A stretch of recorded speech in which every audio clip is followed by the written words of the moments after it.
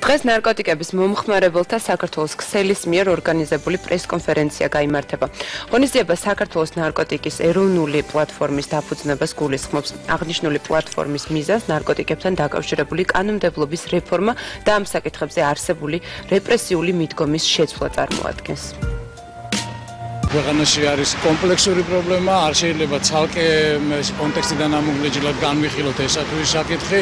ყველაზე დიდი პრობლემა არის კანონმდებლობაში არსებული პრობლემები, ის რომ მოხმარება არის კრიმინალიზებული ქვეყანაში, ის რომ ზიანშემცირების პროგრამები საკანონმდებლო სივრცეში არ არის დარეგულირებული და შესაბამისად ამ მიმართულებითაც მოგვიწევს მუშაობა. ნარკოპოლიტიკის ეროვნული პლატფორმის მიზანია მოხდეს დამსჯელობითი ნარკოკანონმდებლობის რეფორმირება, ჯანდაცვაზე ორიენტირებული სერვისებზე ხელმისაწვდომობის უზრუნველყოფა და სტიგმა დისკრიმინაციის შემცირება.